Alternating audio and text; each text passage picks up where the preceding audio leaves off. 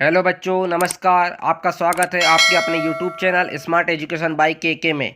आज 13 अक्टूबर 2022 का पेपर विज्ञान विषय के प्रश्न पत्र में जो क्वेश्चंस आए थे, जो ऑब्जेक्टिव आए थे, जिस प्रकार के खालिस्तान आए थे, उनका संपूर्ण सॉल्यूशन हम आज देखेंगे। चलिए वीडियो स्टार्ट करते हैं। वीडियो स्टार्ट करने से पहले मैं आपसे करूँगा गुजारिश, अगर वीडियो आप लोगों को पसंद आए तो वीडियो को शेयर करें, लाइक करें, कमेंट करें, और हाँ, चैनल पर नए हैं तो चैनल को सब्सक्राइब करें।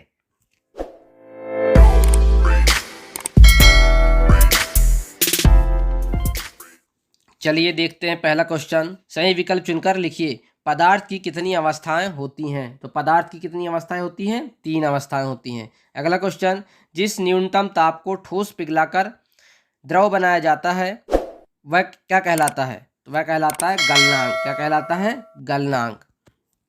अगला है, पदार्थ की किस अवस्था में कणों के मध्य न्यूनतम रिक्त स्थान होता है? तो किस अवस्था में होता है? ठोस अवस्था में होता है। ठोस अवस्था में न्यूनतम स्थान होता है। देखिए अगला, सर्वाधिक विसरण गुण वाला पदार्थ है तो कौन सा है? गैस है। क्या है सर्वाधिक विसरण वाला पदार्थ? गैस है। इसके बाद देखिए अगला, 2 या 2 से अधिक पदार्थों का समांगी विसरण कहलाता है। 2 या 2 से अधिक पदार्थों का समांगी विसरण कहलाता है। क्या कहलाता है? यौगिक। क्या कहलाता है? यौगिक। तो इसका आंसर होगा यौगिक।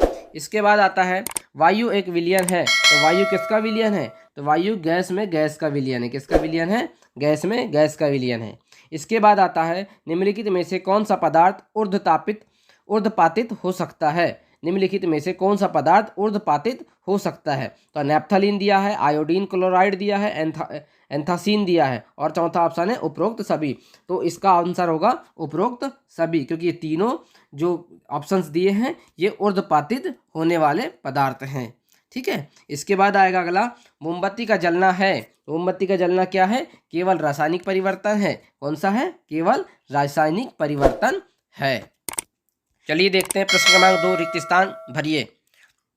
पहला देखिए, जीवन की मूलभूत इकाई खालिस्तान होती है। तो मूलभूत इकाई कौन सी होती है? कोशिका होती है। इसके बाद आता है दूसरा, पादपों में जल का संवहन खालिस्तान ऊतक द्वारा होता है। तो किसके द्वारा होता है? जाइलम ऊतक द्वारा होता है। इसके बाद तीसरा आता है, समसूत्री विभाजन खालिस्तान कोशिकाओं में होता है। तो समसूत्री विभाजन जंतु कोशिकाओं में होता है। इसके बाद आता है चौथा, पौधों की पत्तियों में पाए जाने वाले छिद्र जिसमें गैसों का आदान प्रदान होता है खालिस्तान कहलाते हैं। तो कहलाते हैं रंध्र।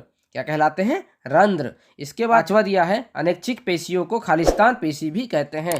तो इन्हें हृदयक पेशी कहते हैं। क्या कहते हैं? हृदयक पेशी कहते हैं। इसके बाद आता है, एक ही प्रकार की कोशिकाओं का इसके बाद आता है, एक ही प्रकार की कोशिकाओं का समूह को संरचना व कार्य में समान हो खालिस्तान कहलाता है। तो क्या कहलाता है? ऊतक कहलाता है। क्या कहलाता है? ऊतक कहलाता है। इसके बाद आता है सातवां, तंत्रिका ऊतक की कार्यात्मक इकाई खालिस्तान होती है। क्या होती है? न्यूरॉन। न्यूरॉन क्या होती है? न्यूरॉन। इसके बाद देखते हैं क्वेश्चन नंबर 3, एक वाक्य में उत्तर लिखिए। तो पहला है, दाब का मात्रक क्या है? तो दाब का मात्रक पास्कल होता है। क्या होता है? पास्कल होता है। इसके बाद दूसरा दिया है, निलंबन किस प्रकार का विलयन होता है? तो निलंबन विषमांगी विलयन होता है। कैसा विलयन होता है? विषमांगी विलयन होता है। इसके बाद तीसरा दिया है, डीएनए का पूरा नाम लिखिए। तो डीएनए का पूरा नाम क्या है? Deoxyribo nucleic acid. ठीक। इसके बाद है चौथा, कोशिका विभाजन कितने प्रकार का होता है? तो कोशिका विभाजन 2 प्रकार का होता है, एक समसूत्री और दूसरा अर्धसूत्री। ठीक है। इसके बाद आता है पांचवा, मरुस्थली पौधों में किस प्रकार के रंध्र पाए जाते हैं? तो मरुस्थली पौधों में संकुचित रंध्र पाए जाते हैं। कैसे रंध्र पाए जाते हैं? संकुचित रंध्र पाए जाते हैं। इसके बाद दिया है अगला, एक गाड़ी का ओडोमीटर किसका मापन करता है? तो वह चली गई दूरी का मापन करता है। इसके बाद है अगला, प्रत्येक वस्तु अपनी वर्तमान अवस्था या स्थिति में ही बने रहना चाहती है। वस्तुओं के इस गुण को क्या कहते हैं? तो इस गुण को कहते हैं जड़त्व। क्या कहते हैं? जड़त्व। इसके बाद देखते हैं प्रश्न क्रमांक 4, सही जोड़ी बनाकर लिखिए। तो कॉलम आ को कॉलम बी से मैच करना है। चलिए पहला देखते हैं, वेग। वेग का क्या आएगा? वेग का आएगा गति का प्रथम नियम। तो कहाँ दिया हुआ है गति का प्रथम नियम? 1 नंबर ये दिया हुआ है, तो 1 नंबर हो जाएगा। इसके बाद दिया है चाल। तो चाल का क्या आएगा? उसी के सामने दिया हुआ है चाल का, तो क्या हो जाएगा? ये 2 नंबर हो जाएगा। दूरी बटे समय। त्वरण। त्वरण का क्या आएगा? तो त्वरण का आएगा विस्थापन बटे समय, तो ये 3 नंबर हो जाएगा। ठीक है। इसके बाद आएगा गुरुत्वीय त्वरण, तो गुरुत्वीय त्वरण का आंसर हो जाएगा डी नंबर का, उसी के सामने स्वतंत्र रूप से गिरती वस्तु। ठीक है, क्या हो जाएगा 4 नंबर। इसके बाद आता है पांचवा जड़त्व, क्या आता है जड़त्व, तो इसका एफ नंबर का हो जाएगा वेग में परिवर्तन बटे लिया गया समय, क्या हो जाएगा वेग में परिवर्तन बटे लिया गया समय। छठवां आता है गति का द्वितीय नियम, क्या आता है गति का द्वितीय नियम, ये छठवां है तो इसका आ जाएगा ई नंबर का, क्या आ जाएगा ई नंबर का एफ बराबर एम ए, तो इसका छठवां हो जाएगा। इसके बाद आता है टेलीस्कोप, क्या आता है टेलीस्कोप, तो टेलीस्कोप का क्या हो जाएगा गैलीलियो, क्या हो जाएगा गैलीलियो। और इसका गति का तृतीय नियम क्या है, गति का तृतीय नियम, तो क्रिया बराबर प्रतिक्रिया, क्या हो जाएगा क्रिया बराबर प्रतिक्रिया, तो यह आ जाएगा 8 नंबर, क्या हो जाएगा 8 नंबर। ठीक है, ये जो बगल में दिया हुआ है इसको आप स्क्रीनशॉट भी ले सकते हैं। ठीक है, इसके बाद देखते हैं अगला क्वेश्चन। चलिए, एलपीजी का नाम व सीएनजी का पूरा नाम पूछा गया था। तो एलपीजी का नाम क्या है, लिक्विड पेट्रोलियम गैस, जैसा कि आप नीचे डिस्प्ले हो रहा है देखिए। और दूसरा है सीएनजी का नाम संपीड़ित प्राकृतिक गैस, डिस्प्ले हो रहा है देखिए। इसी के अथवा में दिया था गर्मियों में घड़े का जल ठंडा क्यों हो जाता है, तो इसका आंसर आपको ये नीचे डिस्प्ले हो रहा है, आप इसको देख सकते हैं, वीडियो को पुश करके इसका स्क्रीनशॉट भी ले सकते हैं। चलिए अगला क्वेश्चन है, इत्र की गंध बहुत दूर से बैठे हुए व्यक्ति को भी क्यों पहुंच जाती है, तो ये विसरण की वजह से पहुंच जाती है, क्यों पहुंच जाती है विसरण की। इसका आंसर भी आपको नीचे डिस्प्ले हो रहा है, आप इसका भी स्क्रीनशॉट ले सकते हैं। इसी के अथवे में था निम्नलिखित तापमान को केल्विन इकाई में परिवर्तित करके लिखिए, तो आपको 25 सेल्सियस को और 373 सेल्सियस को केल्विन में करना था, तो 298.15 केल्विन और इसका हो जाएगा 646.15 केल्विन। ठीक है, इसके बाद अगला क्वेश्चन देखते हैं, मिश्र धातु किसे कहते हैं, किसी एक मिश्र धातु का नाम लिखिए, तो आपको इसके नीचे डिस्प्ले हो रहा है आंसर, उसे देख के पढ़ लीजिए। ठीक है, यह वीडियो को पॉज कर लीजिए। ठीक है, इसके बाद उसी के अथवा में दिया है समांगी मिश्रण की परिभाषा लिखिए, क्या दिया है समांगी मिश्रण की परिभाषा लिखिए, तो समांगी मिश्रण की परिभाषा भी नीचे डिस्प्ले हो रही है, देख सकते हैं आप। इसके बाद है प्रश्न नंबर 8, टिंडल प्रभाव क्या है, तो टिंडल प्रभाव का भी आंसर आपको डिस्प्ले हो रहा है, आप इसको भी देख सकते हैं। ठीक है, इसी के अथवे में है कोलाइडी विलयन के 2 गुण लिखिए, तो कोलाइडी विलयन के 2 गुण इस प्रकार हैं। इसके बाद है क्वेश्चन नंबर 9, अमीबा अपना भोजन कैसे बनाता है, तो अमीबा अपना भोजन कैसे बनाता है वो भी आप ये देखिए डिस्प्ले हो रहा है। ठीक है, वो भी देख सकते हैं इसका आंसर। इसी के अथवे में दिया है क्लोरोप्लास्ट के 2 कार्य लिखिए, तो क्लोरोप्लास्ट के 2 कार्य इस प्रकार हैं। ठीक है, इसके बाद देख सकते हैं आप क्वेश्चन नंबर 10, तो कोशिका में पाए जाने वाले 2 अंगों के नाम व उनके कार्य लिखिए, तो इन 2 कोशिकाओं के अंगों के नाम इस प्रकार हैं, आप इनके कार्य लिख सकते हैं। ठीक है, इसके अथवा में दिया है ये दिया हुआ जीवद्रव कुंचन किसे कहते हैं, जीवद्रव कुंचन किसे कहते हैं, तो आप इसका भी आंसर नीचे डिस्प्ले हो रहा है, उसे भी देख सकते हैं। इसके बाद आता है प्रश्न क्रमांक 11, वाष्पोत्सर्जन किसे कहते हैं, प्रश्न क्रमांक 11 क्या है, वाष्पोत्सर्जन किसे कहते हैं, तो इसका आंसर भी आपको बाजू में दिया जा रहा है, ये आप देख सकते हैं। ठीक है, इसके बाद इसी के अथवा में है रक्त के 2 कार्य, तो रक्त के 2 कार्य क्या होते हैं आप ये बाजू में देख सकते हैं, 2 कार्य क्या होते हैं। ठीक है, इसके बाद देखते हैं अगला क्वेश्चन, प्रश्न क्रमांक 12, स्नायु व कंडरा में 2 अंतर लिखिए, तो इसका भी आंसर आपको डिस्प्ले हो रहा है, आप इसको देख सकते हैं। ठीक, इसके बाद इसका अथवा देखिए, संवहन ऊतक किसे कहते हैं, तो संवहन ऊतक किसे कहते हैं, इसका भी आंसर आपको दिखाई दे रहा होगा, आप इसे वीडियो को पोस्ट करके स्क्रीनशॉट ले सकते हैं, देख सकते हैं। और हाँ, वीडियो को लाइक करना ना भूलें, लाइक करें, सब्सक्राइब करें और शेयर करें। ठीक है, प्रश्न नंबर 13 देखते हैं, चाल एवं वेग में 2 अंतर लिखिए, तो चाल एवं वेग में 2 अंतर आपको यहाँ पे डिस्प्ले हो रहा है, आप इसे देख के पढ़ सकते हैं। इसी के बाद है अथवा इसी का एक समान गति किसे कहते हैं, तो एक समान गति किसे कहते हैं, इसका आंसर भी आपको नीचे डिस्प्ले हो रहा है, आप उसे देख सकते हैं।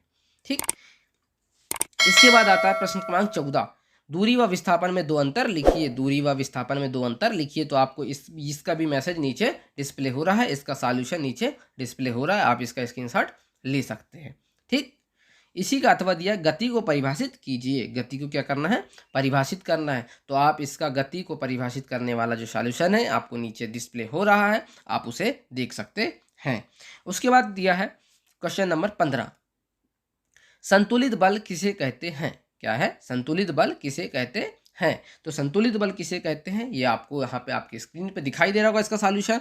आप इसे देखिए, वीडियो को पॉज करके पढ़ लीजिए। इसके अथवा में दिया, मैदान में लुढ़कती हुई गेंद कुछ दूर जाकर अपने आप ही रुक जाती है, क्यों? अब इसे बताना है। तो इसका आंसर आप लिख सकते हैं। ठीक, ये है क्वेश्चन नंबर 16। एक ही सतह पर रखी हुई दो अलग अलग वस्तुओं को चलाने के लिए अलग अलग बलों की आवश्यकता क्यों होती है?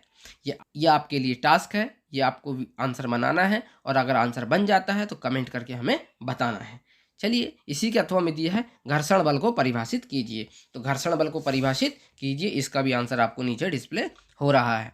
ठीक है, अगर आप लोगों की वीडियो पसंद आती तो कमेंट अवश्य करिए और कमेंट में बताएं। अगर वीडियो में कोई कमी लगती है तो आप कमेंट करके भी बता सकते हैं। क्वेश्चन नंबर 17, ऊर्ध्वपातन किसे कहते हैं? किसी एक पदार्थ का नाम लिखिए जिसमें यह गुण पाया जाता है। तो आप ऊर्ध्वपातन किसे कहते हैं, यह भी दिखाई दे रहा होगा नीचे, और उसके तीन गुण दिखे, और इसके बाद 3 पदार्थ के नाम दिखाई दे रहे होंगे जो जिनमें ये गुण पाया जाता है। ठीक है, इसके बाद है अथवा क्वेश्चन, पदार्थ की विभिन्न अवस्थाओं के अंतर को सरलीबद्ध कर लीजिए। तो ये भी आपके लिए टास्क है, अगर आंसर मिल जाता है तो आप मुझे कमेंट में जरूर बताएं। ठीक, इसके बाद है क्वेश्चन नंबर 18, पादप कोशिका का नामांकित चित्र बनाइए। पादप कोशिका का नामांकित चित्र बनाइए। तो ये देखिए, आप बगल में डिस्प्ले हो रहा है, आप वीडियो को पॉज करके देख सकते हैं। इसी के अथवा में था जंतु कोशिका। क्या था? जंतु कोशिका। तो आप जंतु कोशिका का भी चित्र देख सकते हैं।